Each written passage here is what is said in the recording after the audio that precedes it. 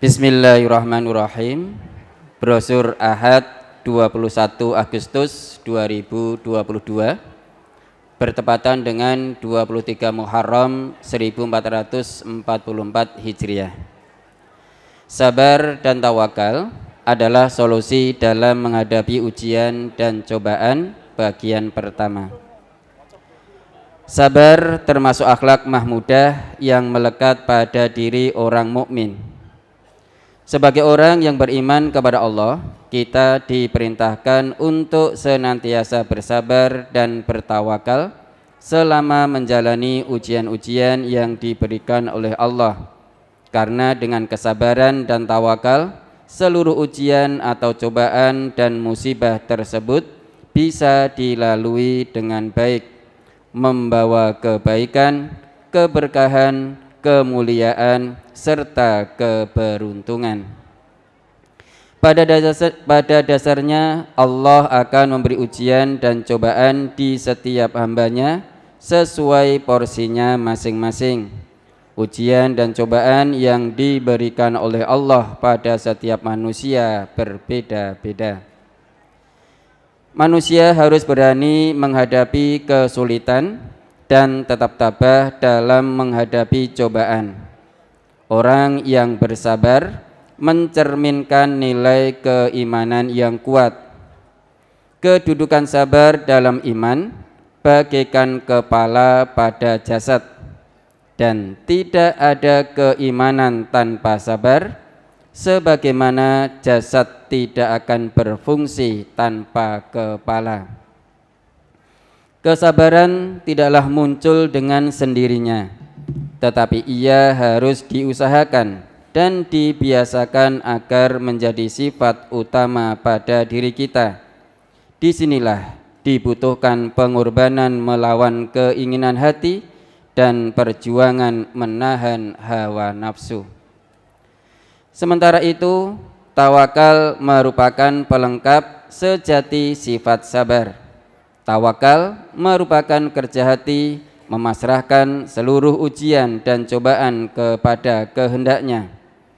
Tawakal berkaitan erat dengan keridhaan kita menjadikan Allah sebagai pelindung dan penolong dalam kehidupan. Kehadiran tawakal dalam diri akan menghadirkan kemudahan dalam mengatasi persoalan, karena kita benar-benar mengharap pertolongan dan kemudahan hanya dari Allah Subhanahu wa ta'ala. Allah Subhanahu wa ta'ala memberikan solusi kepada hamba-hambanya dalam menghadapi ujian dan cobaan dengan firman-Nya, A'udzubillahi minasyaitonirrajim, وَلَنَبْلُوَنَّكُمْ بِشَيْءٍ مِّنَ الْخَوْفِ وَالْجُوعِ وَنَقْصٍ مِّنَ الْأَمْوَالِ وَالْأَنفُسِ وَالثَّمَرَاتِ وَبَشِّرِ الصَّابِرِينَ الَّذِينَ إِذَا أَصَابَتْهُم مُّصِيبَةٌ قَالُوا إِنَّا لِلَّهِ وَإِنَّا إِلَيْهِ رَاجِعُونَ أُولَئِكَ عَلَيْهِمْ صَلَوَاتٌ مِّن رَّبِّهِمْ وَرَحْمَةٌ wa ulaika humul muhtadun. Dan sungguh akan kami berikan cobaan kepadamu dengan sedikit ketakutan, kelaparan, kekurangan harta, jiwa dan buah-buahan. Dan berikanlah berita gembira kepada orang-orang yang sabar, yaitu orang-orang yang apabila ditimpa musibah mereka mengucapkan Inna lillahi wa inna ilaihi raji'un. Mereka itulah yang mendapat keberkatan yang sempurna dan rahmat dari Tuhan mereka, dan mereka itulah orang-orang yang mendapat petunjuk. Quran Surat Al-Baqarah ayat 155 sampai 157. Allah mengabadikan dalam Al-Quran tentang kisah kesabaran dan tawakal Nabi Ayub alaihi salam dalam menghadapi ujian dan cobaan, agar dijadikan pelajaran bagi orang-orang yang datang kemudian.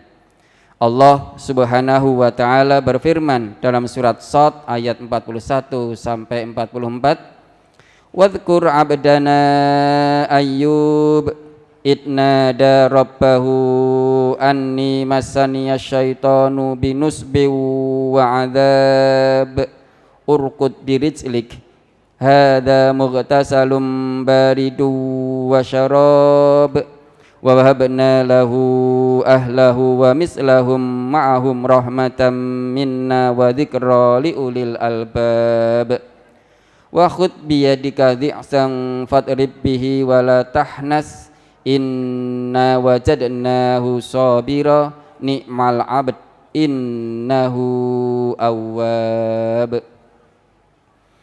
Dan ingatlah akan hamba kami Ayub ketika ia menyeru Tuhannya, sesungguhnya aku diganggu syaitan dengan kepayahan dan siksaan. Allah berfirman, hentamkanlah kakimu, inilah air yang sejuk untuk mandi dan untuk minum. Dan kami anugerahi dia dengan mengumpulkan kembali keluarganya, dan kami tambahkan kepada mereka sebanyak mereka pula sebagai rahmat dari kami dan pelajaran bagi orang-orang yang mempunyai pikiran. Dan ambillah dengan tanganmu seikat rumput, maka pukullah dengan itu, dan janganlah kamu melanggar sumpah. Sesungguhnya kami dapati ia, Ayub, seorang yang sabar. Dia sebaik-baik hamba, sesungguhnya dia amat taat kepada Tuhannya. Quran surat Shad ayat 41 sampai 44. Tersebutlah sebuah kisah Nabi, yaitu Nabi Ayub alaihi salam. Nabi Ayub adalah seorang yang sangat kaya. Nabi Ayub memiliki hewan ternak, budak, dan juga tanah. Nabi Ayub juga dikaruniai seorang istri dan anak-anak yang baik dan solihah. Namun pada suatu ketika, atas izin Allah, kawanan iblis menghancurkan dan meluluh lantakkan kekayaan Nabi Ayub. Hewan-hewan ternak mati satu persatu sehingga habis tak tersisa.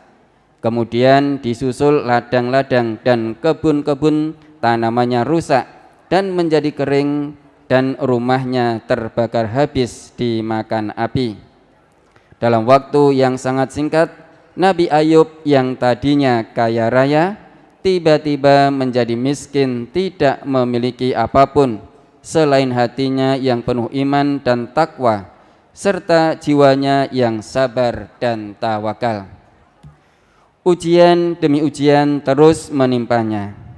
Anak-anaknya meninggal, hartanya habis tak tersisa, ternaknya binasa, sampai ia sendiri terkena penyakit yang sangat sulit disembuhkan. Seluruh badannya digerogoti penyakit, kecuali lisan yang ia gunakan untuk berzikir. Hari-hari berlalu, kerabat dan sanak saudara mulai meninggalkan Nabi Ayub. Tinggallah seorang istri setia yang menemani dan mengurus semua keperluan Nabi Ayub. Penyakit Nabi Ayub semakin lama semakin parah. Sekalipun demikian, Nabi Ayub tetap tabah dan menerimanya sebagai cobaan dari Allah Subhanahu wa taala. Keimanannya kepada Allah Subhanahu wa taala tidak berkurang sedikit pun. Justru beliau semakin rajin beribadah dan mendekatkan diri kepada Allah Subhanahu wa taala. Penyakit Nabi Ayub sangat parah, sehingga ia hanya dapat berbaring. Semakin lama kondisinya semakin memburuk. Penyakit ini ia derita sudah 18 tahun. Selama beliau sakit, seluruh penduduk di sekitarnya mengasingkan dirinya. Hanya istrinya yang mengurus segala keperluan Nabi Ayub. Namun iblis selalu menghasut istri Nabi Ayub yang bernama Rahmah. Iblis membisikkan kebencian ke dalam hati istri Nabi Ayub. Pada suatu hari, istri Nabi Ayub mengatakan hal-hal yang menyakiti Nabi Ayub. Nabi Ayub pun sangat sedih. Ia bersumpah, apabila kelak ia sembuh, ia akan memukul istrinya sebanyak 100 kali. Pada saat kondisi Nabi Ayub semakin lemah, Allah menurunkan wahyu kepadanya. Hentakkanlah kakimu, inilah air yang sejuk untuk mandi dan untuk minum. Nabi Ayub menghentakkan kakinya ke tanah sehingga air keluar. Air tersebut digunakan untuk mandi dan minum Nabi Ayub. Tidak lama kemudian, tubuh Nabi Ayub kembali sehat. Bahkan ia lebih sehat dan kuat dibanding sebelumnya. Setelah sembuh, istri Nabi Ayub kembali kepada suaminya. Nabi Ayub teringat dengan sumpahnya. Namun, ia tidak sampai hati memukul istrinya. Nabi Ayub mengalami kebingungan akan sumpahnya. Ia tidak dapat memenuhi sumpahnya. Akhirnya, turunlah perintah Allah agar Nabi Ayub melaksanakan sumpahnya. Ia diperintahkan untuk memukul istrinya dengan menggunakan 100 helai rumput yang diikat. Kemudian Nabi Ayub melaksanakan perintah Allah tersebut dengan penuh ketaatan. Dengan demikian Nabi Ayub telah memenuhi sumpahnya. Ada banyak keutamaan yang bisa kita peroleh dari sikap sabar. Di antaranya, 1. Allah memberi ganjaran terbaik bagi hamba-hambanya yang sabar. Qul ya ibadilladzina amanu taqu rabbakum lilladzina ahsanu fi hadhi dunya hasanah wa ardullahi wasi'ah innama yuwaffas sabiruna ajrahum bighairi hisab. Katakanlah, hai hamba-hambaku yang beriman, bertakwalah kepada Tuhanmu. Orang-orang yang berbuat baik di dunia ini memperoleh kebaikan, dan bumi Allah itu adalah luas.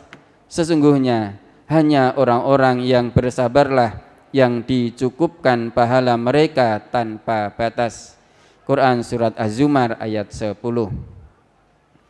Walladzina sabaru ibtigha'a wajhi rabbihim wa aqamus salata wa anfaqu mimma razaqnahum sirran wa alaniyatan wa yadra'una bil hasanati sayyi'ata ulaika lahum uqbad dar jannatu adnin yadkhulunaha wa man salaha min abaihim wa azwajihim wa dzurriyyatihim wal malaikatu yadkhuluna alaihim min kulli bab salamun alaikum bima sabartum fa ni'ma uqbad dar. Dan orang-orang yang sabar karena mencari keridhaan Tuhannya, mendirikan sholat dan menafkahkan sebagian rezeki yang kami berikan kepada mereka secara sembunyi atau terang-terangan, serta menolak kejahatan dengan kebaikan, orang-orang itulah yang mendapat tempat kesudahan yang baik, yaitu surga Aden yang mereka masuk ke dalamnya bersama-sama dengan orang-orang yang soleh dari bapak-bapaknya, istri-istrinya, dan anak cucunya. Sedangkan malaikat-malaikat masuk ke tempat-tempat mereka dari semua pintu sambil mengucapkan salamun alaikum bima sabartum. Maka alangkah baiknya tempat kesudahan itu. Quran Surat Ar-Ra'd ayat 22 sampai 24. Ma indakum yang fadu wa ma indallahi baqa walanajziyannal ladzina sabaru ajrahum bi ahsani ma kanu ya'malun. Apa yang di sisimu akan lenyap, dan apa yang di sisi Allah adalah kekal. Dan sesungguhnya kami akan memberi balasan kepada orang-orang yang sabar dengan pahala yang lebih baik dari apa yang telah mereka kerjakan. Quran Surat An-Nahl ayat 96. An Suhaibin qala Rasulullah sallallahu alaihi wasallam ajaban li amril mu'mini inna amrahu kullahu khairun wa laisa dzaka li ahadin illa lil mu'mini In asabathu sarra'u syakara fakana khairan lahu wa in asabathu darra'u sabara fakana khairan lahu. Rawahu Muslim. Dari Suhaib ia berkata, Rasulullah sallallahu alaihi wasallam bersabda, mengagumkan sekali urusannya orang mukmin itu. Sesungguhnya urusannya semuanya menjadi kebaikan baginya, dan tidak ada yang mendapatkan demikian itu seseorang pun kecuali orang mukmin. Jika ia mendapatkan kesenangan, bersyukur, maka yang demikian itu adalah menjadi kebaikan baginya. Dan apabila ditimpa suatu musibah, bersabar, maka yang demikian itu menjadi kebaikan pula baginya. Hadis riwayat Muslim, juz 4 halaman 2295, nomor 64. Anil Haris bin Suwaidin qala Abdullah bin Mas'udin dakhaltu ala Rasulillah sallallahu alaihi wasallam wa huwa yu'aku wa'kan syadidan famasistuhu biyadi faqultu ya Rasulullah innaka tu'aku wa'kan syadidan faqala Rasulullah sallallahu alaihi wasallam ajal inni u'aku kama yu'aku rajulani minkum faqultu zalika anna laka ajrain faqala Rasulullah sallallahu alaihi wasallam ajal summa qala Rasulullah sallallahu alaihi wasallam ma min muslimin yusibuhu adzan maradun fama siwahu illa hattallahu sayyiatihi kama tahuttu syajaratu waraqaha. Rawahul Bukhari. Dari Al Haris bin Suwaid ia berkata, Abdullah bin Mas'ud berkata, saya pernah datang kepada Rasulullah sallallahu alaihi wasallam. Ketika itu beliau demam panas sekali. Lalu saya mengusapnya dengan tangan saya dan berkata, wahai Rasulullah, sesungguhnya engkau menderita demam yang panas sekali. Lalu Rasulullah sallallahu alaihi wasallam menjawab, ya, sesungguhnya aku menderita demam sebagaimana panasnya dua orang di antara kalian. Saya berkata, yang demikian itu apakah karena engkau mendapatkan dua pahala? Rasulullah sallallahu alaihi wasallam menjawab, benar. Kemudian Rasulullah sallallahu alaihi wasallam bersabda, tidaklah seorang muslim yang ditimpa penderitaan berupa sakit atau yang lainnya, melainkan dengan itu Allah menggugurkan dosa-dosanya sebagaimana pohon menggugurkan daun-daunnya. Hadis riwayat Bukhari, juz 7 halaman 6. An Abdullah qala dakhaltu ala Rasulillah sallallahu alaihi wasallam wa huwa yu'aku faqultu ya Rasulullah innaka tu'aku wa'kan syadidan qala ajal inni u'aku kama yu'aku rajulani minkum qultu zalika anna laka ajrain qala ajal zalika kadzalik ma min muslimin yusibuhu adan syaukatun fama fawqaha illa kaffarallahu biha sayyiatihi kama tahuttu syajarata waraqaha. Rawahul Bukhari. Dari Abdullah bin Mas'ud ia berkata, saya pernah datang kepada Rasulullah sallallahu alaihi wasallam. Ketika itu beliau demam panas sekali. Lalu saya berkata, wahai Rasulullah, sesungguhnya engkau menderita demam yang panas sekali. Rasulullah sallallahu alaihi wasallam menjawab, ya, sesungguhnya aku menderita demam sebagaimana panasnya dua orang di antara kalian. Saya berkata, yang demikian itu apakah karena engkau mendapatkan dua pahala? Rasulullah sallallahu alaihi wasallam menjawab, benar, seperti demikian itulah. Tidaklah seorang muslim yang ditimpa penderitaan berupa tercocok duri atau yang lebih dari itu, melainkan dengan itu Allah menghapus dosa-dosanya sebagaimana pohon menggugurkan daun-daunnya. Hadis riwayat Bukhari, juz 7 halaman 3. 2. Allah mencintai dan bersama orang-orang yang sabar. Ya ayyuhalladzina amanu ista'inu bis sabri was shalah innallaha ma'as sabirin. Hai orang-orang yang beriman, mintalah pertolongan kepada Allah dengan sabar dan mengerjakan salat. Sesungguhnya Allah beserta orang-orang yang sabar. Quran surat Al-Baqarah ayat 153. Wa ati'ullaha wa rasulahu wa la tanaza'u fatafshalu wa tadhhaba rihukum wasbiru innallaha ma'as sabirin. Dan taatlah kepada Allah dan Rasulnya, dan janganlah kamu berbantah-bantahan yang menyebabkan kamu menjadi gentar dan hilang kekuatanmu, dan bersabarlah. Sesungguhnya Allah beserta orang-orang yang sabar. Quran surat Al-Anfal ayat 46. Wallahu yuhibbus sabirin, dan Allah menyukai orang-orang yang sabar.